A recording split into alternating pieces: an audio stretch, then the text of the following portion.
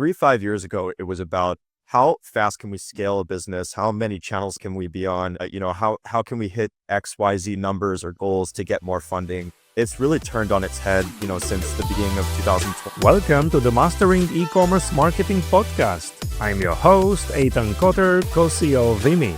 In an era of rising acquisition costs and increased competition, this podcast is dedicated to helping you drive sales, engage customers, and build meaningful communities so you can turn passive visitors into active buyers. Now let's get started with the episode. Today we're joined by Jake Levin, founder and CEO of Inflection Growth. With over a decade of experience in scaling e-commerce brands, Jake's seen it all, from being the first marketing hire at GoPuff and co-founding GettaCar, and now leading growth for top e-commerce companies through a flexible embedded team model. He's helped companies scale to 9 and 10-figure valuations and bring a sharp perspective on performance marketing, brand building, and what it really takes to grow in today's environment. Jake, how are you? Welcome. Doing great. Thanks for having me. Perfect. Jake, before we dive into really interesting topics about e-commerce marketing, I'd like you to share 3 words that better describe you and your belief and why. Yeah, absolutely. First word, progression. I think everything in my life and work is about progression, and believe that, if you're not moving forward, you're moving backwards. So for me, whether it's small baby steps forward or big leaps, it's just important that I feel like I'm moving forward and the businesses are moving forward. So that's the first word. Second word would be certainty. The reason I think certainty is important is that when we're making big decisions in our lives and in business, whatever it might be, certainty is important. You don't always get it, but to feel certain and the confidence behind decision making ultimately leads to more successful outcomes and outcomes that are aligned with some of the goals that you want to hit. So third word is balance, because after kind of all of the progression that comes with that is that I've learned throughout the years that too much intensity, too much of going any way is something that can impede on happiness and impede on progression ultimately as a person. So having had a lot of different types of companies, experiences, and understanding different environment, understanding how to balance sort of the environment that you're trying to create within a business, or the environment you're trying to create within a partner relationship, how to make sure that it's well balanced between all of the progression and pushing and working, but also making sure that it's enjoyable. Yeah, I mean, balance, such a powerful word, right? Or definitely in the business world and having partner relation, customer relationship, team building, but also balance in life, right? In general, right? And just to keep grinding without burning out, right? I think that's the magic secret sauce, right? That some of us are learning, right? In sometimes very hard way along the way. Yeah. Yeah. So how do you see e-commerce brands scaling? The things has changed so much, like even from a few years ago. I mean, the competitive landscape has changed dramatically, and more communities, more channels, more opportunities. Well, what do you see, right now that you didn't see, let's say 3-5 years ago? Yeah, it's really interesting watching the landscape change, especially from the service side, because 3-5 years ago, it was about how fast can we scale a business? How many channels can we be on? How can we hit XYZ numbers or goals to get more funding? It's really turned on its head, since the beginning of 2022. It really started with a big economic drop, but we've seen more and more that companies are very focused on the fundamentals of business, which for a lot of my career wasn't necessarily the case. So where it used to be, you scale up revenue so you can get more funding and worry about profitability later. We hear more and more, we need to hit a certain contribution margin. We need to make sure that we're hitting certain ROAS goals in order to be able to spend more. So it's quite literally flipped. And as a result, we're not seeing the bulk of businesses out there that we used to. It used to be a dime a dozen of this segment or that segment. You could find a ton of different ones. But unfortunately, or fortunately, depending on how you look at it, the cream sort of rose to the top, and the businesses that actually had good products, good marketing, good messaging, were able to relate to their customers and execute properly, have, maintained, they've stayed in business, but also grown. However, a lot more steadily than it used to be. And I think companies are finally comfortable with that. Yes. So it requires to learn new things, right? More on the operational side of things, nitty-gritty stuff, inventory, profitability, how to manage things, which channel to choose. I mean, just getting more smarter, probably use data in a much more, let's say, way. What do you think about data and analytics these days? I know that attribution is broken, right? This is one of your famous statements, right? And why do you claim that it's broken, and what to do instead? Oh, a lot of people are familiar with the famous changes with iOS 14 years ago, and just privacy laws in general, and how they've impeded, tracking people's movement for, in and out of apps and in and out of websites, as most people decline to be tracked and decline to have that information shared. So naturally, posed a big problem for marketers, because we had to figure out how to still find that information and target effectively. I think a lot of the advertising platforms are a bit of a black box. You don't quite know what information they have or don't have. And if they do have it and they're not supposed to, they're not exactly going to volunteer that information. So, over the last few years since that happened, a lot of tools have come out claiming to have solved the attribution problem. But we've run a lot of tests that, show whether it be incrementality tests or, doing surveys versus click tracking versus different attribution ways of attributing sales to certain channels, and have found general inconsistencies that sort of lead us to say to any of our partners, hey, attribution is an art and a science. There's no facts. And some companies and founders are not comfortable with that reality. What we're trying to do is piece a story together and ultimately use that story to make better decisions, because, try to think of the last time you've bought something online. Have you just clicked on one button and immediately purchase? Oftentimes, no, you have a lot of touch points. You actually might go through almost every one of the channels that company's on, whether it be Meta, Google, any other paid social channel. And therefore, how do you attribute that purchase to one of those channels? It ultimately split. So, the way that we look at it is top down, and we try to be holistic with our decision making and say, if you're making a kind of a funny example I use, but if you're making a soup, it's a combination of a lot of flavors. It's not just going to be, one main ingredient most of the time. So you have to find the right combination of things together that are ultimately driving the results that you want. Yeah. And obviously, if you're a big brand, you're already established name, right? Some channels are already working for you. It's just a matter of optimizing, trying to, make them better, affect the way you operate within them. But I hear a lot of brands that they try everything, right? Like from SEO to TikTok, right? To Meta or on Amazon.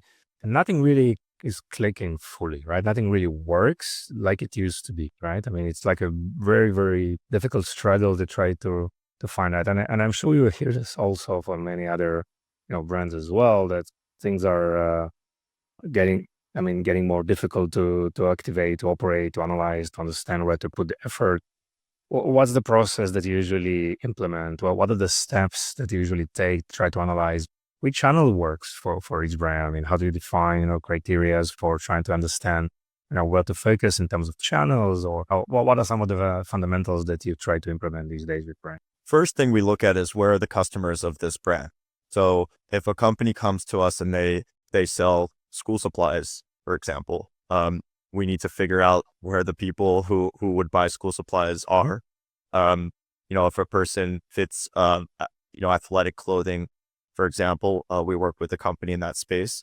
It might be a totally different place where those people are. So ultimately, the formula for performance and growth marketing is quite simple. It really shakes out to how much are you paying for impressions and how effective are those impressions. So the less wasted impressions that we can get, the better. We ultimately just want to look at, we're in this segment, we do research, we use different tools to understand where, perhaps competitors' traffic is coming from, where they're able to get high intent traffic from. But a lot of times we're still going to try out some of the classic channels. There's not many, ultimately not many companies who have been able to still find the success on other channels, digital channels besides, Meta, TikTok, Google. Those kind of three main channels have still provided very good results. So if it makes sense to go on there, then we're going to give it a shot, because we've also honed our strategies and skills and content creation,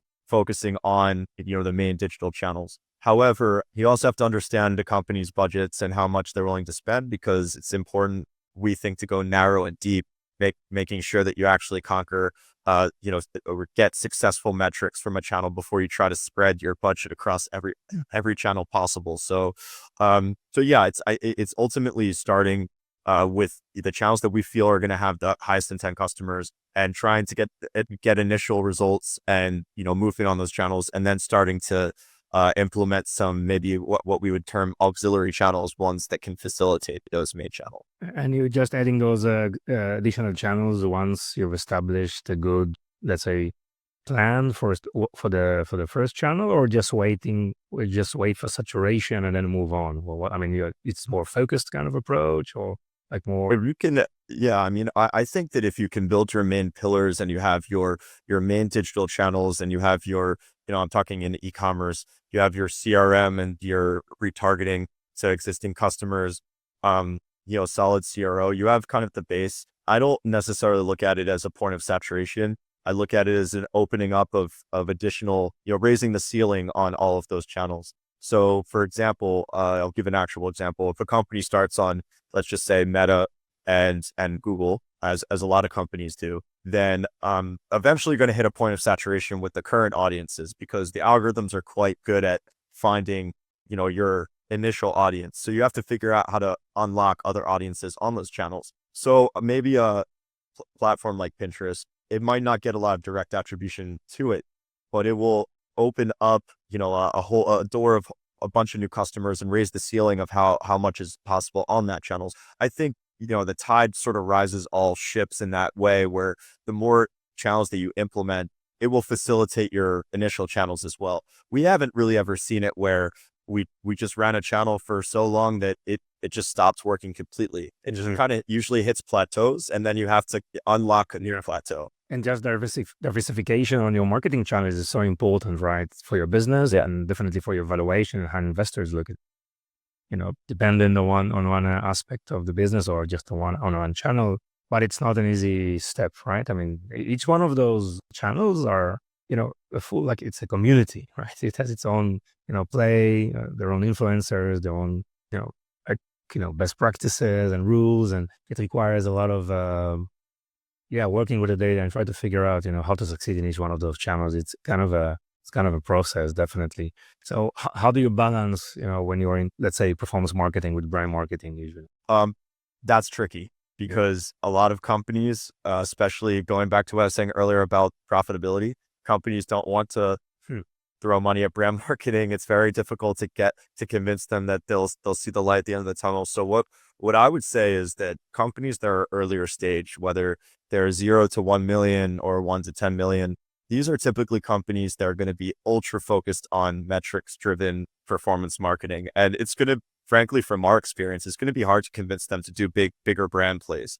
Even things like, podcasts or larger media buys, things that I've done in a lot with my past companies that were very heavily funded. However, once you get past 10, 20, 30 million, ultimately those founders are going to have to be able to be okay with setting aside a brand budget, because the way to really take it to the next level and become a household name, you need to do it. And we feel very strongly about that. And we've seen companies get up to that $40-50 million place, refuse to do the brand side, only want to continue to do same thing they've always done that got them there. And what happened, they ultimately kind of get lost in the shuffle and get left behind. So, but I think that doing it right away can be risky, because you can end up spending a lot of money that maybe you don't have. And as a result, sort of putting yourself in a difficult financial situation. Yes. I totally agree. This is, just making decisions about, as you said, brand versus performance, but also how much you invest in top of funnel, middle of funnel, bottom of funnel, right? Because you want to just, if the whole objective is just to sell as much as you can, right? And just squeeze that cash cow as much as you can. But this is a very short-term, probably, perspective. And one of the problems of any businesses today, right, is so much intensity and focus on profitability. And it's not something easy to balance, right? And this is definitely where I see companies and brands need a lot of help. So how all these topics that we've discussed and the changes is influencing team building and the marketing team and the marketing departments, right? So what's important mix or traits or characteristics for a good marketing team, or some of the expertise that the members of the marketing team need to have these days? Yeah, in marketing teams in the past, there was high specialization where people could have, only skills in one platform or one area of marketing on the creative side or the performance side. We found that, in order to solve, the business's growth goals or issues they might have is ultimately diagnosing, area gaps or areas of difficulty. And I always felt, and when I started, Inflection, it was really important that everyone was cross-trained. So, we really go out and try to find people who can balance left side, right side of their brain, have an analytical, marketing is very analytical, but also very artistic. So can you understand both? Maybe if you're on the design team or on social media team or something like this, you're more of a creative person, we still need you to be able to understand data and how your decisions are ultimately impacting the business's goals. And then on the flip side, if you're on the performance team and you media buy, but you have no idea how the creative and aspects to the actual, advertising that goes out, is impacting the results, that's also bad. So, our team really focuses on being able to have both sides of those businesses talk to each other and understand all facets. So, my recommendation when you're building a team is to try to look for people that are able to understand both left side, right side, analytical side, creative side. But, you still obviously are going to naturally have people who are focused on one side or the other. But, if you run into people who are just fundamentally not able to understand, the data side or the creative side in e-commerce growth marketing, at least, I look at that as, probably not a good fit. Yeah, probably have this flexibility and agility mindset, right? To test things and just kill them as fast as you can, if possible. Just talked to a brand yesterday, and they tried so many things, right, on organic and paid. And this lady, she tried to convince her management to start a podcast. They said, no, it's like the brand marketing, right? It's not important right now. And it took her like 6 months to do that. And eventually she got some budget, but time, right? It's not a few hours. It took her 1 month. And just on the first interview, right, on her podcast, she was obviously very nervous. She just, been introduced by that interviewer to one of today, their main business partners that is generating, or affiliate partners is generating so much, right, of the revenue. So sometime I think you need to allocate, probably some time or budget for just experimentation, right, and try things and see how they click, right? It's so important because you never know. So you worked in GoPuff and GettaCar. Tell us some of the lessons you learned from this experience from this company. Fortunate to have many, positive and not positive, just on those journeys, GoPuff, being the first employee there and, helping the business grow from very young to, a nationwide service. It was an incredible experience, especially early on in my career, because ultimately I was just learning from failing and learning from, stumbling and falling. And the company was growing so fast. It was a rocket ship. And especially during these times, when a lot of those startups, in that space, especially were, getting a lot of funding and you're able to try a lot of things. So, I think from, first lesson was just being able to, as you said, being able to continue to have the appetite to test new things and to really grind. I think what a lot of people don't understand, and could be frustrating for me talking to a lot of founders, is that, they say, oh, okay, you grew that business, 4, 5, 10x year over year, and you were able to see this magnificent growth. Like, what channel did you use? And I would always respond, our investors would ask us that too. How do you replicate that? Relentlessness and just continuing to grind is something that's not valued, because ultimately it's hard to quantify what does grind mean? What does being relentless mean? But if you're out there every single day, and we started in Philadelphia, if you're literally in person out there every day talking to people or at events or doing every single maybe little interview that you can, or partnering with every small business, eventually it's going to start to show. It's going to build on top of each other. And I think that's something a lot of companies nowadays in or the 2020s don't have, after COVID, as much appetite to get out there into the real world and actually interface with the customers. And I've been strongly suggesting, if not begging, to some of our partners, you need to be out there. You need to be out there. You need to show an actual physical presence. So I felt like with GoPuff, one of the biggest facets to its success is that we were physically present on college campuses, at concert, at festivals, and people felt that we were, a local company, even though we weren't. They felt that we had this connection to their community because we were there. And it was very difficult. It was a lot of hours, a lot of physical labor, but ultimately I think that it was a really big game changer for us to grow as a business. So I think that was the main thing that one of the main things I took away from the marketing at GoPuff that I think helped the company grow a lot in the early stages. And with GettaCar, I always think back with GettaCar to, I listened to all these founder stories, and there's always that point of things got really difficult, things were about to collapse, and then I made this decision, or we did this, and everything turned around. For 2 straight years in that business, I just remember everything going extremely smoothly. And always would think, the other shoe will fall, or something's going to happen. And even going into COVID, we had to shut down, state mandated, because we weren't allowed to deliver cars to people. And when everything sort of came back online, everyone wanted to buy a car because no one wanted to ride public transportation. So we were having the best sales in the company's history. Since lo and behold, we hit a supply issue. If you're familiar with the car industry, there was a huge supply issue with microchips and just basic parts to build cars. And there was a huge supply shortage, and it was slim pickings to try to get inventory, and it ultimately put the company in a very difficult financial situation. And I think that, frankly, had we had more challenges earlier in the company's life cycle, maybe we would have handled that situation better, and the company ultimately would have survived. But I think that it was actually to our detriment that everything went so smoothly. So I would say to anybody out there, embrace those challenges and those days where you say, I don't know how we're going to continue this, because I've never heard a successful founder that hasn't gone through that at least once. So it's you have to kind of look at it as an expectation, not as something that it should be avoided. Yes, of course. It's like this, crucible. I mean, you need to you think everything is going to drop, right? And just enthusiasm is fading, and challenges are showing up like on a daily basis. And you just need to just keep going, right? The only one who are fail is those who actually stop, right? And there's obviously a solution to anything.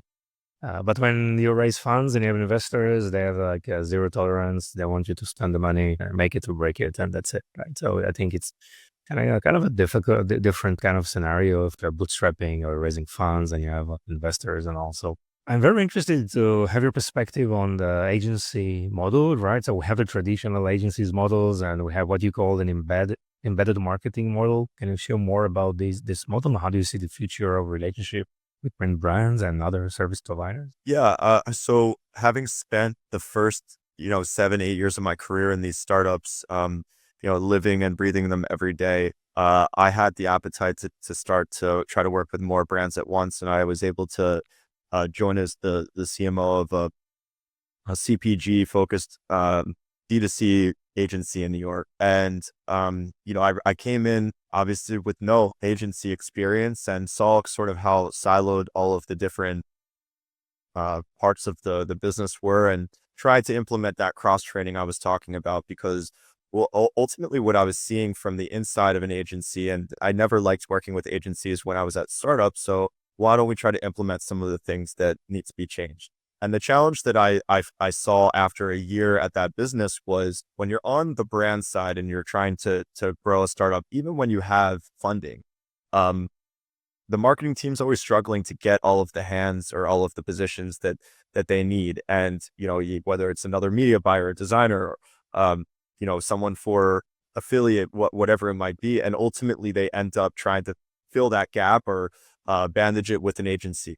And when they go to the agency, they say, okay, wow, this company look at all these companies they've grown. They have amazing growth stories. You talk to the founder, head of sales, but then ultimately get put onto an account manager with, a couple junior people with them, what we call pod structures. And this is the traditional agency model. And, I worked with some very talented people at our agency, some very smart people. But the challenge was that when you want to grow the agency, you have to bring on more businesses. And when you bring on more businesses, people's time gets spread very thin because our cost of goods is people's time. So your most talented people get spread really thin, and they can't assign enough of their own mind space and time to actually solve some of the issues in the business or dig deep enough to solve these issues. And then you also have to compete with all of the other services out there to hire other good people who are very expensive, and maybe the quality of the people on the team drop. And I would find this very challenging, position, being between a rock and a hard place, where I have to hit my own agency growth goals, but ultimately still hit the growth goals of these businesses. And they were kind of pulling against each other. So I went to the CEO of the business. I said, from what I'm seeing, the companies that were doing the best work for it, or were actually making the biggest impact, or are when our top people are day to day involved in these businesses and they understand all of the different channels, and then they're able to have the more mid-level or junior people help with the execution. Maybe we should just do that. We called them growth clients, if you will. And they were people who worked across all of the different facets, the marketing side of the business. So there wasn't interest to change the business model there. So I started Inflection with the idea that there has to be something in between an in-house team and an agency, something where you're able to work with really experienced people on a day-to-day basis, ones that understand cross-channel and basically the full funnel from top of funnel marketing down to the website and CRO and everything in between. And then they have the team to actually support and execute those things with them. So I was not, for myself, obsessed with growing into the biggest agency possible. I thought if I can find a handful of really good partners, we could be their partner for a long time and set up incentive-based programs where we're actually growing as we grow them. So after almost 4 years, we feel like it's been successful. For the first time in my career, it wasn't about building some billion-dollar business or hitting some crazy numbers. It was, again, about balance. And it was finding something that was really gratifying and really, made us feel like we were making impacts on these businesses while still obviously growing our business, but a lot more steadily. So we're trying to go narrow and deep with each company. We've made investments, a lot of them ourselves, and we consider ourselves true partners. And as a result, we've worked with them for 2, 3, 4 years. And, it's really amazing when we get to really understand every part of the business, even outside of marketing, and help them solve those problems. And they're able to work with, a very experienced team without having to pay a crazy amount of salaries or work with multiple agencies. Yes. Yes. So it's more just less the number of partners or customers, more going deep, right? And just taking a more active role, in the day-to-day, life of these businesses. And Jake, what are some of the services that you provide, as part of the agency?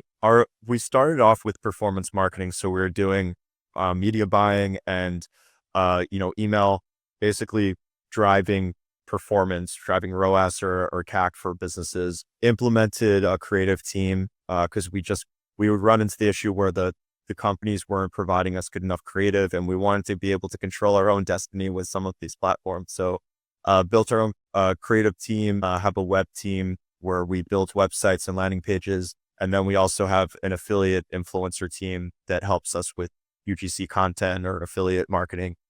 All right. Beyond that, we do bigger media buys when necessary. I was able to learn a lot about that with GoPuff and GettaCar. But I would say with our businesses, we mostly focus on those main pillars of web, media buying, creative, and then analytics, are obviously important too, attribution and analytics. Got it. Interesting. So how our listeners and viewers can find you, right, in the agency? Yeah, sure. So feel free to check us out at inflection-growth.com. And you can also email me directly at jake@inflection-growth.com. Happy to chat if you have questions on how to build a marketing team. We're always willing to give advice on that. Definitely, if you can build one in-house, that's amazing, and make sure that you hire the right people for the right time. but if you need support as well, getting to the next inflection point, if you will, we're happy to help and chat. Amazing. Jay, anything else you want to add? No, I think that it's we're in a really interesting time, and I think that there's a lot of opportunity out there for businesses that have really good products and good vision. So don't be shied away because of other stories that you've heard. I believe right now is a really important time to take your time and grow incrementally rather than trying to explode like some of the stories in the past. And I think what that allows you to do is grow more healthily and and not take investment too early, be able to control your business. So there's a lot of opportunity out there. Jake, it was a pleasure having you here. Super interesting. I wish you all the best, and thank you so much. Great. Thanks for having me. Thank you for listening to the end of this episode. If you found this episode valuable, please subscribe so you won't miss any of our future content. Explore Vimeo, the video commerce platform that includes live shopping, shoppable video, and social commerce capabilities. Visit Vimeo at www.vimeo.net. We appreciate your support and look forward for bringing you more valuable insight in our next episode.